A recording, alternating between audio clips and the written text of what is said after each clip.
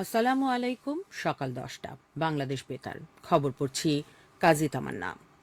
যথাযথ ধর্মীয় ভাবগাম্ভীর্য ও ব্যাপক উৎসাহ উদ্দীপনার মধ্য দিয়ে গতকাল সারা দেশে উদযাপিত হয় মুসলমানদের বৃহত্তম ধর্মীয় উৎসব পবিত্র ঈদ উল ফিতর।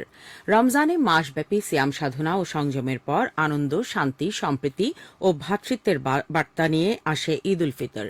ঈদ ধনী, গরিব, ছোট বড় সব ভেদাভেদ ভুলে পারস্পরিক ভালোবাসা ও ভ্রাতৃত্বের বন্ধনে আবদ্ধ হওয়ার আহ্বান জানায়।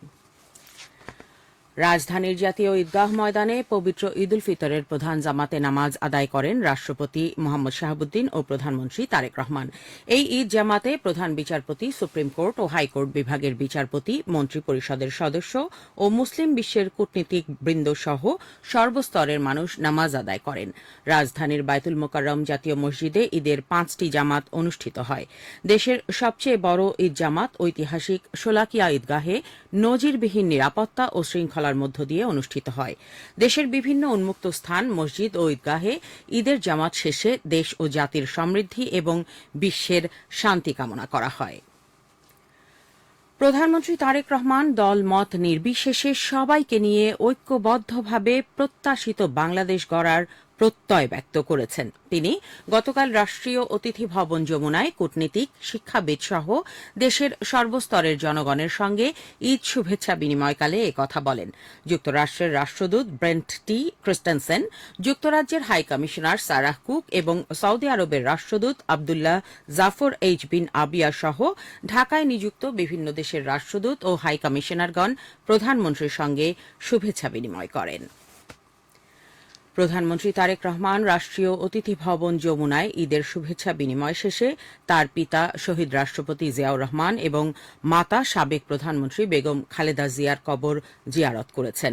এ সময় প্রধানমন্ত্রীর সঙ্গে ছিলেন তাঁর সহধর্মিণী ডা জুবাইদা রহমান, কন্যা ব্যারিস্টার জাইমা রহমান, তাঁর প্রয়াত ছোট ভাই আরাফাত রহমান কোকোর সহধর্মিণী সৈয়দা শর্মিলা রহমান এবং তার 2 মেয়ে জাহিয়া রহমান ও জাফিয়া রহমান।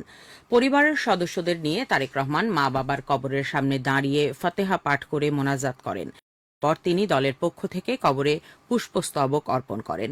এ সময় অন্যান্যের মধ্যে বিএনপি মহাসচিব মির্জা ফখরুল ইসলাম আলমগীর, স্থায়ী কমিটির সদস্য নজরুল ইসলাম খান, ইকবাল হাসান মাহমুদ টুকু, অধ্যাপক এজেডএম জাহিদ হোসেন এবং প্রধানমন্ত্রীর প্রতিরক্ষা বিষয়ক উপদেষ্টা এটিএম শামসুল ইসলাম উপস্থিত ছিলেন। ঈদ উল ফিতর উপলক্ষে গতকাল বঙ্গভবনে বিশিষ্ট ব্যক্তিদের সঙ্গে শুভেচ্ছা বিনিময় করেছেন রাষ্ট্রপতি মোহাম্মদ শাহাবুদ্দিন।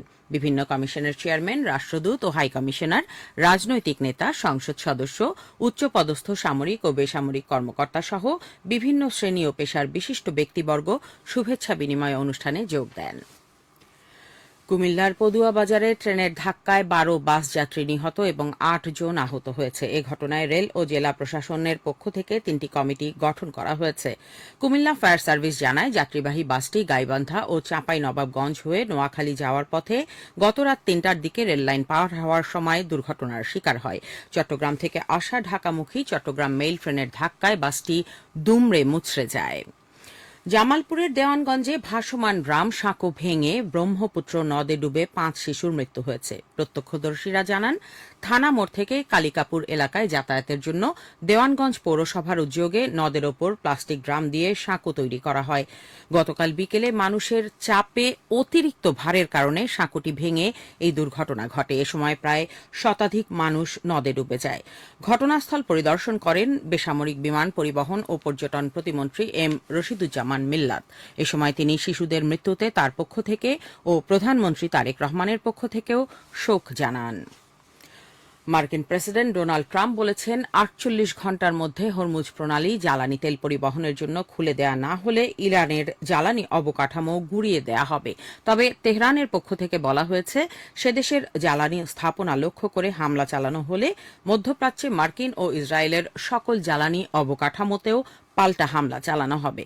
ইরানে ইসরায়েল ও যুক্তরাষ্ট্রের যৌথ হামলার 23তম দিনে হামলা ও পাল্টা হামলার খবর পাওয়া গেছে। খেলার খবর, ক্রিকেট। ওয়েলিংটনে আজ স্বাগতিক নিউজিল্যান্ড এবং দক্ষিণ আফ্রিকার মধ্যে চতুর্থ টি-20 ক্রিকেট ম্যাচ অনুষ্ঠিত হবে। বাংলাদেশ সময় দুপুর 12:15টায় খেলা শুরু হবে। সিরিজে টিকে থাকতে হলে এই ম্যাচে দক্ষিণ আফ্রিকার জয় ছাড়া বিকল্প নেই। 5 ম্যাচ সিরিজে নিউজিল্যান্ড 2-1 এগিয়ে রয়েছে। সবশেষে আবহাওয়া। আজ সন্ধ্যে 6টা পর্যন্ত পূর্বাভাসে বলা হয়েছে অভ্যন্তরীণ নদীবন্দরগুলোর জন্য কোনো সতর্কবাণী নেই এবং কোনো সংকেত দেখাতে হবে না। খবর শেষ হলো। আমাদের পরবর্তী খবর প্রচারিত হবে বেলা 11টায়।